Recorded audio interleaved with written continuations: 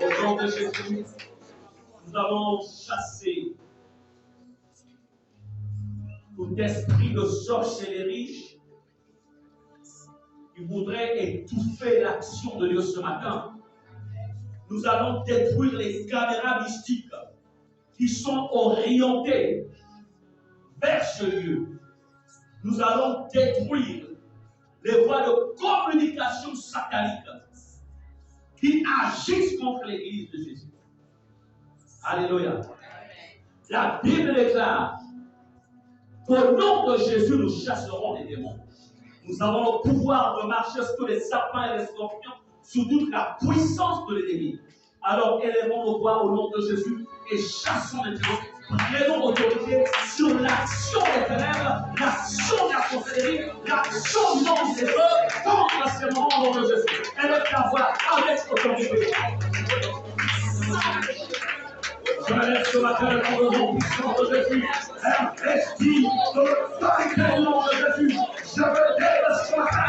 Nous levons ce matin dans les ténèbres, les actions sorcières, les esprits de sorcellerie. Nous les chassons au nom de Jésus. Nous détruisons les pouvoirs dans tout le monde, contre les puissances dans cette salle. Au nom puissant de Jésus, je détruis de l'autorité, de l'éternel, ma éternité sur les nations, les prochains royaumes, afin de génocider, afin d'abattre, afin de détruire, dans le nom de Jésus, je détruis de la communication satanique, contre les culte, contre le nom de Jésus, au nom de Jésus, je détruis les caméras mystiques, au nom de Jésus, et je vois le parageur,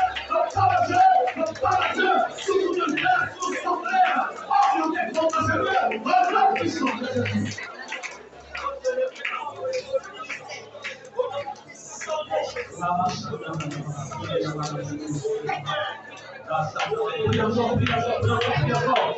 Il a pas fait les choses. La température va monter. La température va monter. Et les champions vont faire quelque chose. La louange, une louange de feu.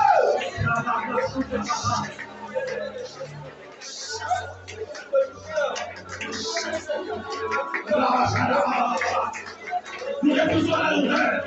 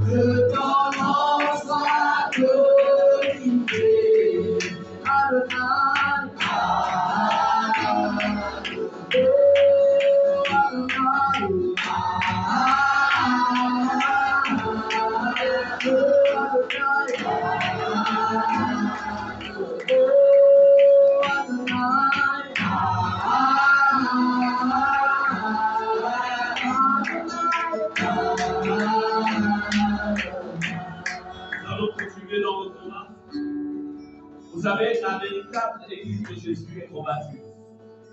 Le véritable enfant de Dieu est combattu.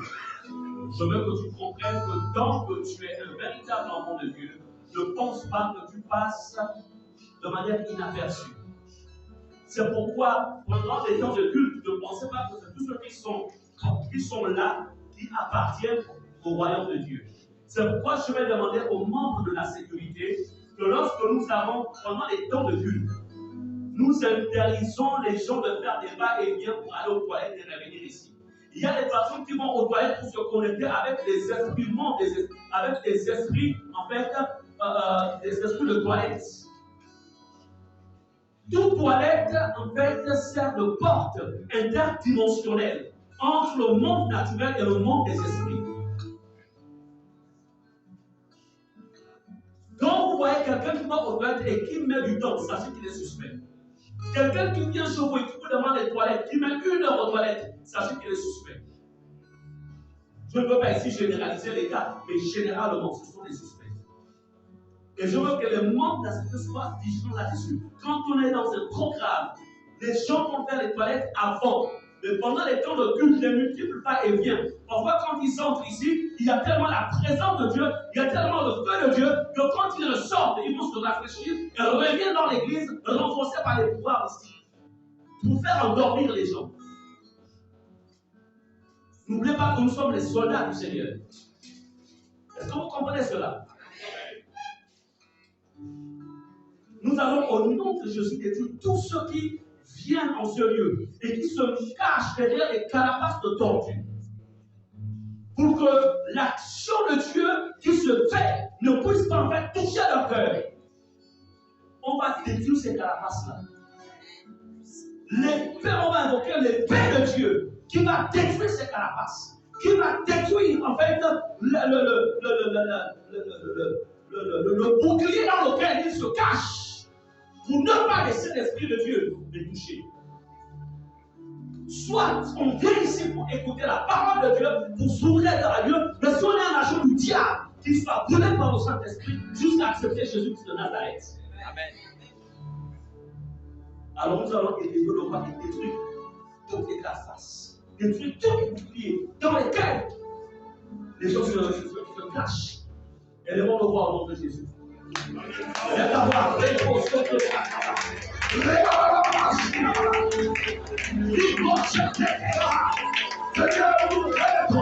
Nous saisissons l'esprit. Au nom de Jésus. Au nom de Jésus. Je saisis ce matin l'esprit. L'esprit pour détruire toutes les carapaces mystiques. Au nom puissant de Jésus. Toute homme par le chair et le sang, en ce lieu, qui se cache derrière les carapaces mystiques dans leur dimension spirituelle. Nous avons une paix. Je vois la paix. Je vois la paix. Je vois la paix. Je vois la paix. Je vois la paix. Je vois la paix. Pour détruire. Pour détruire. Pour détruire. Pour détruire. Je détruis. Je détruis, je détruis, je détruis, je détruis, je détruis, je détruis, je détruis. Au nom de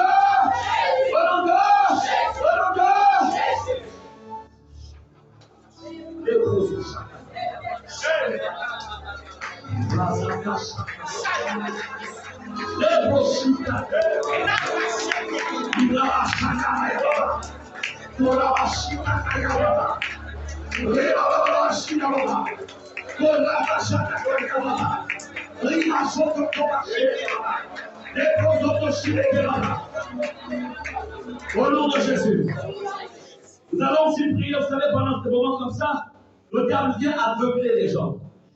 Il bouche les oreilles pour que les gens ne puissent pas écouter ou recevoir la parole. Et que la parole ne puisse pas pénétrer. Alors on va détruire tout dispositif sorcellaire qui empêche les gens d'écouter la parole ou de voir la parole. Alléluia. On va détruire au nom de Jésus. Et alors on voit une direction, ces bouchons que les ennemis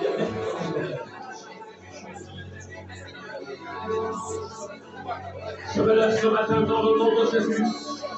Toi qui m'as établi pour arracher. Toi qui m'as établi pour arracher. Seigneur, ce matin, nous débouchons, Seigneur, les oreilles spirituelles de tout homme, de toute femme, Seigneur. Au nom puissant de Jésus, nous débouchons les oreilles. Au nom de Jésus, au nom de Jésus, et nous déchirons le voile. Ta parole est claire, que par l'œuvre de la croix, le voile a été déchiré, le voile a été déchiré, afin de contempler ta gloire, afin de te contempler. Et ce matin, Seigneur, nous comme là ce matin, c'est pour te contempler, c'est pour te contempler, dans tout calme de contempler ce matin, dans la dimension de ta divinité, dans la dimension de ta grandeur, dans la dimension de ta puissance, dans la dimension de ta gloire. Merci parce que nous comptons pas la place.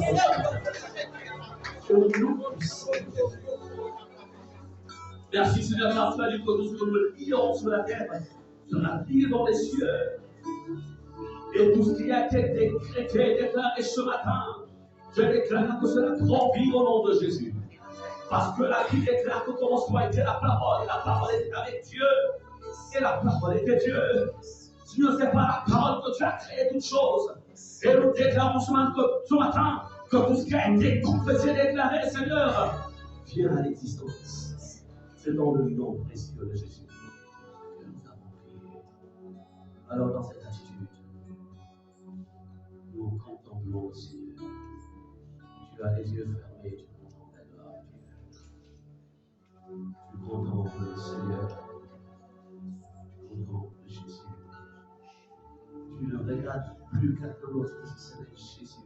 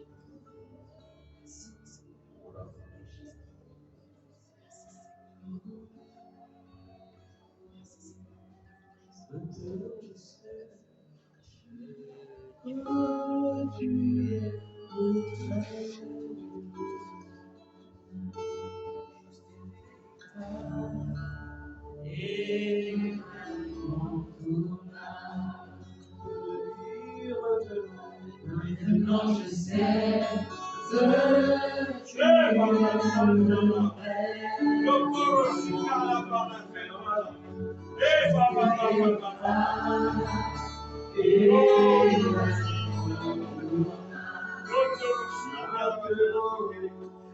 Maintenant je sais que tu es mon frère. Je suis véritable et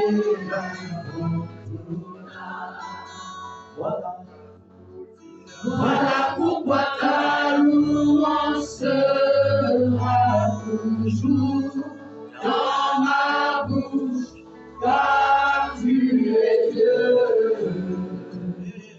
l'homme véritable. Oui, tu es Dieu, l'incontournable.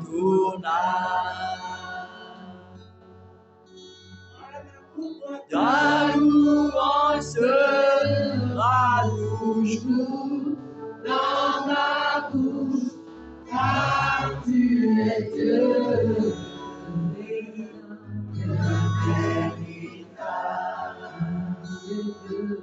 oui, tu es Dieu, l'incontournable. Veuillez vous asseoir.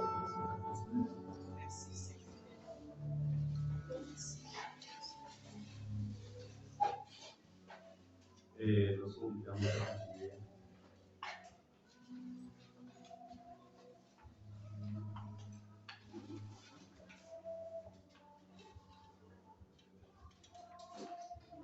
Bonjour. Vous êtes bénis ce matin parce que vous êtes rapprochés de celui qui bénit. Et c'est notre Dieu, c'est notre Seigneur Jésus qui bénit. Alléluia.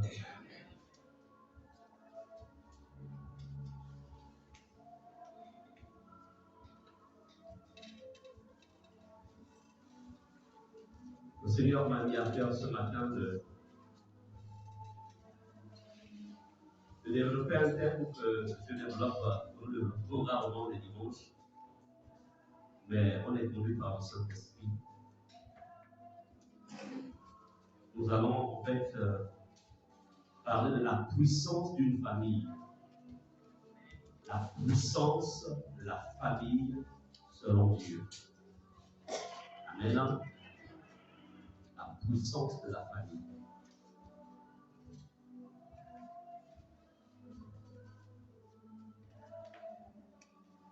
Il y a, si nous n'avons pas la bonne instruction sur la manière dont Dieu voit la famille, si nous n'avons pas la bonne connaissance sur l'importance de la famille, je dis bien selon Dieu, en fait, nous aurons du mal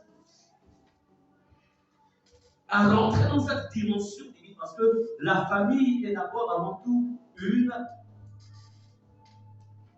je dirais, c'est Dieu qui a créé la famille. Ce n'est pas l'homme qui est au centre de l'existence de Dieu. Et le peuple de Dieu, l'Église que nous sommes, doit comprendre en fait l'importance de la famille. Que ceux qui sont mariés comprennent l'importance. Et ceux qui ne le sont pas aussi saisissent l'importance. Parce que lorsqu'on ne réalise pas la valeur de quelque chose, on sera moins attiré vers la chose. Amen. Si on ne réalise pas l'importance d'une chose, on aura aussi du mal à l'entretenir, possédant la chose. On va prendre l'exemple d'un enfant qui ne réalise pas que la pierre qu'il a, c'est du diamant. Pour lui, bon, il a ramassé cette pierre au bord peut-être d'une rivière. Il va jouer avec. Pour lui, bon, c'est une pierre qui brille. Amen. Mais un connaisseur, le petit, où est-ce que tu as eu ça? Maintenant, si c'est un filou, vous comprenez ce qu'il va faire. Il va arracher la pierre. Mais l'enfant ne connaissant pas la valeur de la chose, que va-t-il se passer? Il fait quoi? Il ne dira jamais à son père ou à sa mère que voilà, j'ai ramassé ceci et puis quelqu'un me l'a arraché.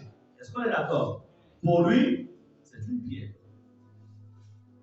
C'est la même chose avec la famille.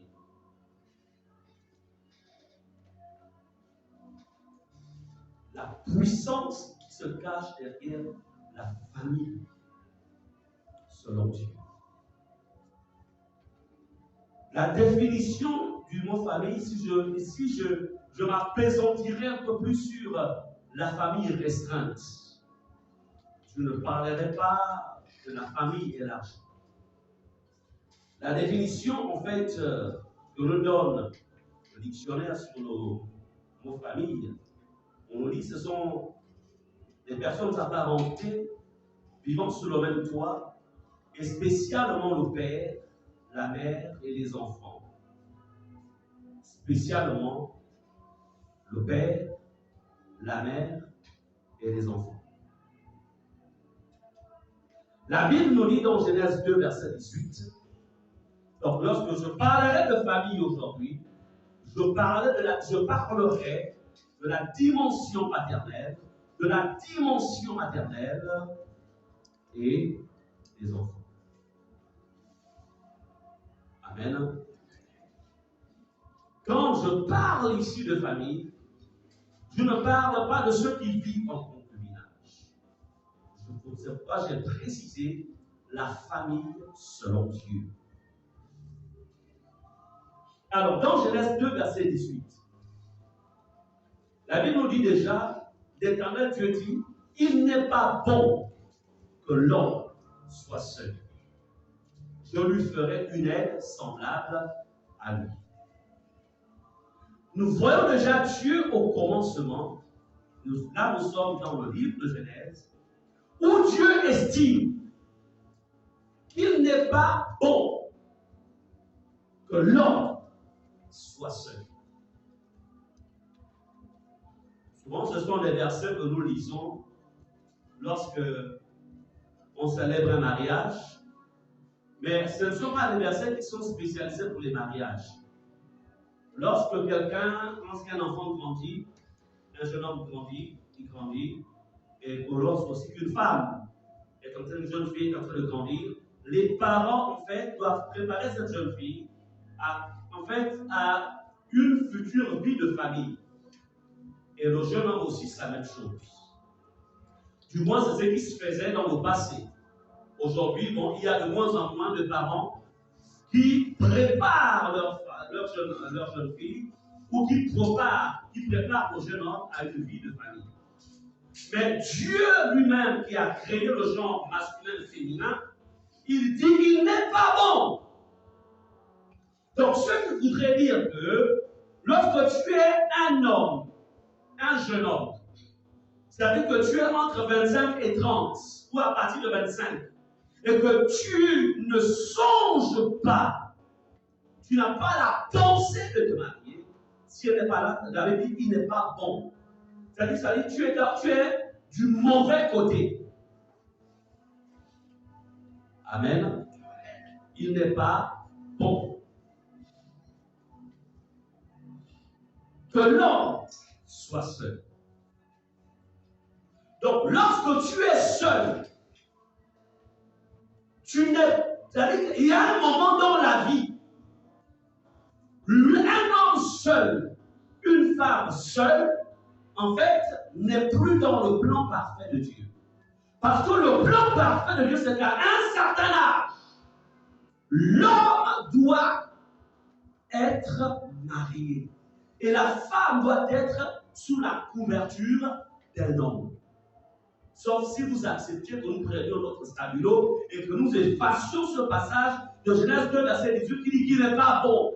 Mais puisque nous n'avons pas le pouvoir et la capacité, en fait, d'enrayer l'écriture, alors comprenez qu'il n'est pas bon. Amen.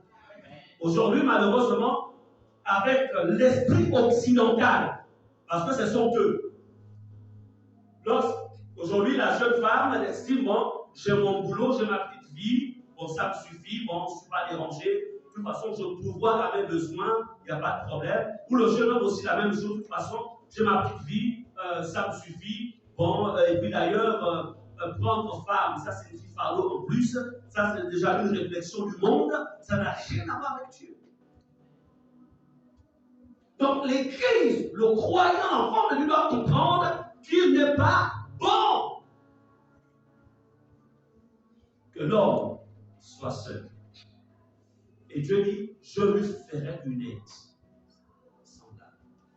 Parce que lorsque quelqu'un vit seul, il n'est pas dans une dimension de famille. Lorsqu'une femme vit seule, elle n'est pas dans une dimension familiale. La famille commence à partir du fait que le père, l'homme, la femme, mariés, vivent sous un toit et commencent en fait à engendrer. La famille commence par l'homme et la femme.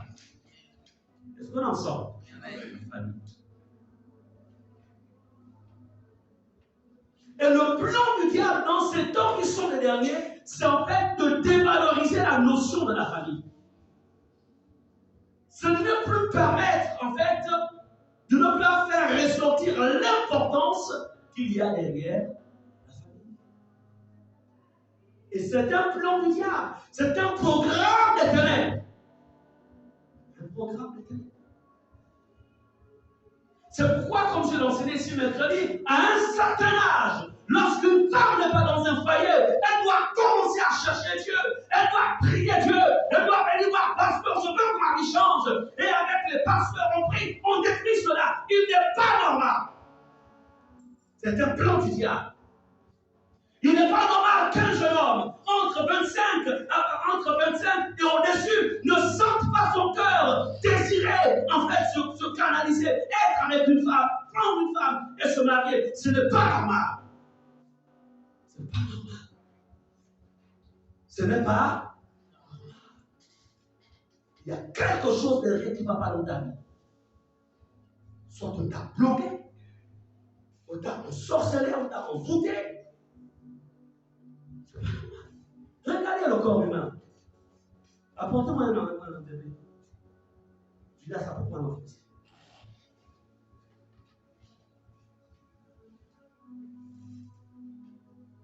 Elle dort bien, elle est debout. Elle est éveillée. Mets-la au sol. Qu'elle soit debout. Bon, ok. Bon, c'est dommage un peu que. Est-ce que vous savez que sur elle, est-ce que vous savez qu'elle a des seins? Non, on ne les voit pas encore. En fait, elle a tout ce dont une femme a besoin pour que plus tard elle procrée. Est-ce que nous sommes d'accord? Mais au fur et à mesure qu'elle va grandir, ces éléments vont commencer à. C'est-à-dire que le corps, Dieu a mis un programme à l'intérieur d'elle. Pour qu'au fur et à mesure qu'elle va monter, ça va se développer. Est-ce qu'on est d'accord? C'est bon, merci. C'est la même chose. En vérité, au fur et à mesure qu'on monte en âge, il y a des automatismes, en fait, il y a des choses qui se déclenchent dans ta psyché. Qui te dit, non, là, il faut que je commence. Seigneur, ouvre mes yeux, parce qu'il faut que j'ai maintenant une femme. Alléluia. Mais quand ça ne vient pas, ce n'est pas normal. Il n'est pas bon. Il n'est pas bon. La question, quand toi tu te sens bon, tu te sens mieux, seul. Qu'est-ce qui se passe? Dieu dit il n'est pas bon. Et toi tu vois qu'il est bon. Attends, il n'y a pas de problème là. Il y a un problème. Et la même chose que tu dis, plaît. Ça ne te fait pas plus. Tu te bats plus pour les choses de ce monde. Mais tu te bats moins pour ce qui est sacré. Parce que la famille est sacrée. Est-ce qu'on est ensemble? La famille est sacrée. Bien-aimé. Il est important de comprendre. La famille est sacrée.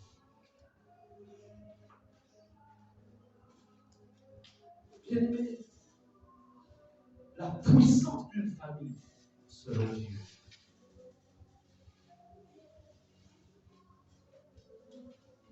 Dieu créa l'homme à son image. Genèse 1, verset 28. Il le créa à l'image de Dieu. Il créa l'homme et la femme. Donc Dieu déjà au commencement dispose, en fait, crée une disposition. L'homme et la femme. Pourquoi? Parce que Dieu avait en vue que ces deux êtres-là, à partir d'eux, il va y avoir quoi? Il va y avoir, en fait, multiplication. Mais dans quel cadre? Je répète, dans le cadre du mariage. Amen.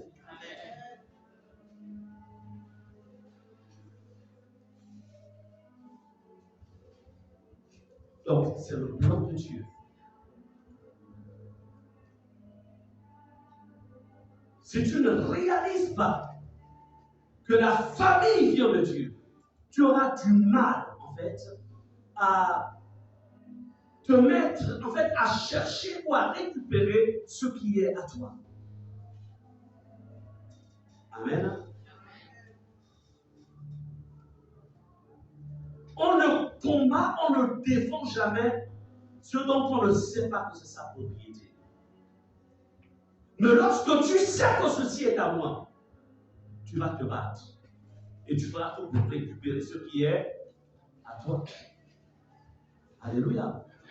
La dimension. Je veux parler ici de la puissance de la famille selon Dieu. Alléluia. La dimension de la famille. Nous savions ce qu'il vient la première fois. Dieu te bénisse. Ok. Vous aussi. Ah. Merci. Merci. Ok. Tout à l'heure, tu me diras pourquoi tu es aussi sourire. Alléluia. Église. Vous savez, on va lire dans Proverbe, on va voir la source de la famille. La source, c'est-à-dire l'origine. Et je disais, quand je parle de famille ici, je parle de la famille restreinte. Je parle du père, d'un père, d'une mère et des enfants. Alors, la Bible nous dit dans Proverbe 19, verset 14, on peut hériter de ses pères une maison et des richesses. Mais une femme intelligente est un don de l'Éternel. Donc tu peux hériter des maisons, tu peux hériter des voitures, tu peux hériter des terrains. Tout ça, donc tes parents biologiques peuvent te les céder. Mais une femme intelligente comme ma femme est un don de l'Éternel. Est-ce qu'on va acclamer? Et pourquoi aussi tu es marié? Ta femme qui est intelligente est un nom d'Éternel. Acclame aussi ta femme.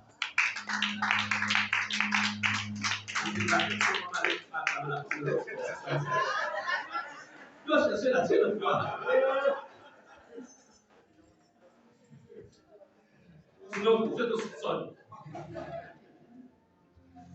Amen. Donc, ce que je voudrais que vous compreniez déjà, c'est qu'en fait, ok, on se trouve dans une communauté, il y a plusieurs sœurs, ok, elles crient le Seigneur, mais Dieu dit, il y a une femme intelligente que Dieu destine pour chacun de ses enfants. Alléluia. Non, je ne parle pas des placements, il parlait qu'aujourd'hui, on est l'église, certains sont lancés en mode placement. C'est-à-dire que j'estime que Ricardo, c'est vrai que lui est déjà occupé, j'estime vraiment le frère Ricardo, c'est un frère bien écrit. Et puis après, j'appelle, je dis, tu vois le frère là. En fait, je vais essayer d'aller prier. Peut-être que Dieu va dire quelque chose le concernant. Et puis après, il y a des arrangements. Je ne parle pas de ces choses-là que les hommes ont créées. Je parle de ce que Dieu lui-même a planifié depuis le commencement du monde. Est-ce qu'on est ensemble? Donc, frère, la Bible dit qu'une femme intelligente, on ne dit pas une femme pleine d'argent. On ne parle pas d'une femme qui sort d'une très bonne famille. On est une femme intelligente. C'est-à-dire une femme qui a été équipée par Dieu pour toi. C'est un don de l'Éternel. Est-ce qu'on en sent? Donc on dit que Dieu a tout planifié. Il a tout préparé. On peut hériter de ses pères une maison et des richesses. Mais une femme intelligente est un don de l'Éternel. Des hommes peuvent se marier. Des chrétiens peuvent se marier. Mais est-ce qu'il a trouvé une femme intelligente? Est-ce que la femme qu'il épouse fait partie encore du programme de Dieu pour lui? Une femme intelligente. Vous comprenez que là, il est question, on fait appel à une relation personnelle avec le Seigneur. Parce que lorsque quelqu'un n'a pas une relation personnelle avec Dieu, tu ne peux pas trouver une femme intelligente. Parce que pour que Dieu te dise que c'est mon choix pour toi, il faut être en relation avec le Père. Vous savez, avant que Dieu me rencontre en fait mon numéro qui est ici.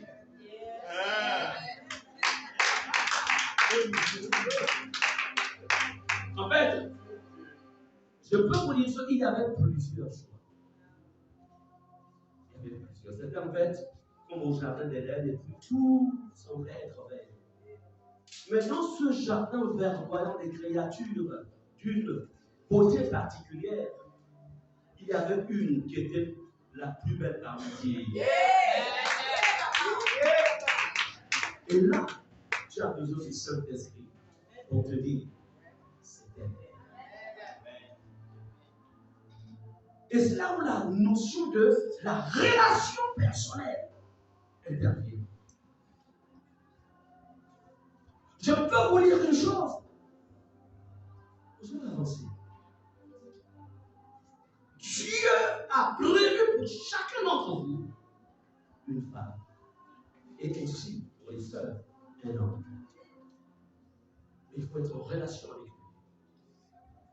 Parce que, écoutez, l'objectif de la famille pour Dieu, c'est l'endroit où, en fait, des futurs serviteurs de Dieu, des futurs servants de Dieu, des futurs chefs d'État intègres, des futurs ministres de la République intègres, des futurs DG intègres, des personnes craignant Dieu. C'est à partir de la famille que ces hommes et ces femmes sortiront. C'est à partir de la famille. Mais dites-moi, une famille dans laquelle il y a la guerre, du matin au soir, ça c'est carabine, l'homme là-bas, la femme, dites-moi, là-dedans, quel genre d'enfants, mais en temps le dimanche, ils sont soumis dans l'église, hein. Mais à la maison, c'est catastrophique. Dites-moi, dans ce genre de milieu, quelle est l'image de Christ que cet enfant qui grandit dans un tel environnement va avoir? Et d'ailleurs, il haïra ton Dieu. Parce qu'il dira, non mais tu es diacre à l'église, tu sers Dieu à l'église. Et à la maison, c'est ce que tu fais à maman, ou maman, c'est ce que tu fais à papa. Finalement, ce n'est vraiment pas. Je préfère aller voir ailleurs. Et voilà comment le plan parfait de Dieu va en fait être volé par l'ennemi.